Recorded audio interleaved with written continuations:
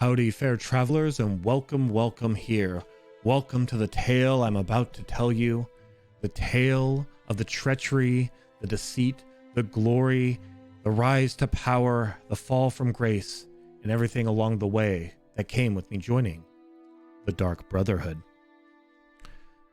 You see, I travel the lands in search of lore, for knowledge is what brings us power in these lands. I found myself far north away from the beauty of the Somerset Isles, in snowy mountains in western Skyrim, and now I could tell you the story of how I found myself jailed with a vampire, how I saved a kingdom, but we'll save those tales for another day. Instead, I want to tell you what happened when I escaped my cell. I came across a bridge that was beset, a bridge that had arguments, people who were torn asunder and scared for their very lives for bandits that were encroaching, and me needing to curry favor in this strange land as an Aldmer in the snowy land of Nords volunteered my services.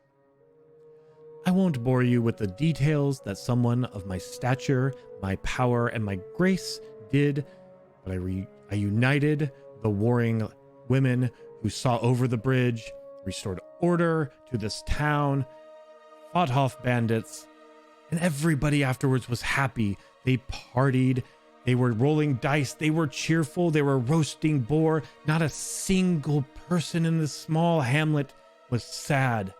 It was a party. I truly enjoyed being part of this merriment. It lifted my spirits in a way that had not been lifted in ages, except there was one Nord. Blonde, bushy-eyed fraud, and he stomped about back and forth through the hamlet, looking upset that they were roasting boar or rolling dice, that they were daring to gamble. And so I did what anyone would do who wanted to make sure everybody had a good time. And when Fraud went behind a thatch hut to roll down his breeches and relieve himself, I slid my dagger from ear to ear, and I watched him bleed out, and I tell you what, not a single soul seemed to mind. So I went on my way. Days later, a note came to my hand. A note simply marked the hand of the Dark Brotherhood, and this note told me to take sail to the Gold Coast, and once there, kill an innocent. Well, as someone on a quest for power, someone on a quest for allies and knowledge, and seeing how simple it was to kill a commoner, I found another sad sap like that fraud, and I laid him out on the docks. That is when I got my invitation to join my new family. I traveled north of Anvil, and I met with them. First, I met Kor, a mighty Nord bound with muscles. He gave me a hug so tight, I thought it was odd for an assassin, though while in his embrace, while I did feel comfort, I also could tell a simple flex would have cracked my spine. He introduced me then to his sister, Hildegard, who was beset by the curse of lycanthropy, and no one except for the Dark Brotherhood would take them in. I also met Mirabelle. Mirabelle welcomed me in with open arms, taught me about disguises and deception. This was my new family now. In Sithis' all-consuming nothingness of the void, I had found family, I had found belonging, and I would stay there forever. So, as I carried out simple tasks, I laid out dissenters, I laid out anyone a contract came for, I was eventually raised and trusted within the family, and that is when I learned of a plot. It seemed the reason they were so eager to take me in is their numbers had been dwindling and they were not sure why. We figured it had something to do with this new Akatosh dragon cult. So, I found my way in the dead of night into the streets of Anvil, and one by one, until every single crier of this cult was dead, I did my work. I then returned to the Dark Brotherhood, to my murderous cult, to my family. The deed done, my hands stained crimson with the blood, and I was met with more praise. I was met with more power, more belonging. And I continued for a while, months, days, weeks, I don't know, time continued to pass. And as it passed, I did my contracts, I did my deeds. But then one day, Kor was losing faith in the guild. His sister had gotten out, so I helped Kor. We tracked down Hildegard, we killed those who would do her harm, and Kor felt the warmth and understood what it was to be part of the family, and was brought back into the family. At this time is when my deeds caught the notice, or rather the deeds of the Dark Brotherhood caught the notice of the Pirate Queen. So I made my way through Anvil to her keep. She stood towering above most men. You could sense the power in her fingertip. To her left, a man strewn of all clothes but the simplest of cloths. On a chain, clearly her pet, and unchained.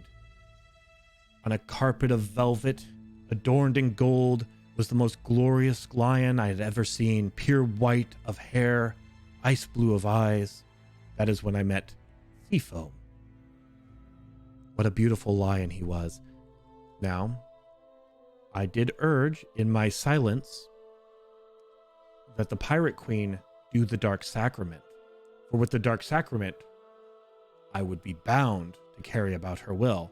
However, she said she had no time for the Dark Sacrament, and I would still do her will. Well, her needs met the Brotherhood's needs, so we carried on down the path. I did kill a powerful general. I did send a message to Kvatch, but as I went to the Count to let him know what I had done, I found him in a room surrounded by hearts and body parts of blood and black candles. The Dark Sacrament was done. The Dark Sacrament done, I could not say no. It was the Pirate Queen's life that I would have to take. So with the aid of Mirabelle, I slipped back into her keep. I poisoned her wine. I told her to her face on the balcony, I did not kill the person you had asked me to kill. She looked at me as if to ask why, but then a gurgling came from her throat. A foam of crimson red rose to her lips, and with the lightest of shoves, she fell stories below into the cold, unforgiving waters of the Gold Coast. But what were we to do? She was gone. We could not leave the majestic Seafoam alone, so Mirabelle and I took Seafoam in. Seafoam was brought back to our hideout and given a home. Me and Mirabelle cared deeply, deeply for Seafoam. However, reaching the ranks that I had reached, it had become very apparent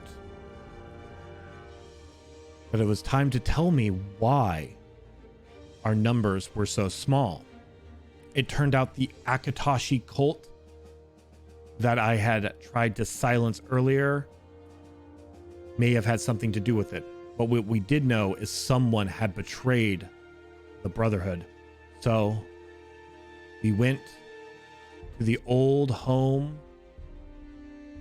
of the Dark Brotherhood. We went deep in the marshes, past the hissed trees, and as there I first sipped brew of the hissed tree. And now I understand why it is the Argonians worship these trees. I was transported as I walked through the desecrated halls of the old Dark Brotherhood. I would see scene after scene of the one who had betrayed him. However, she had been called to be a silencer. And it is true when Sithis calls and says to cull the guild, you cannot deny the words of Sithis.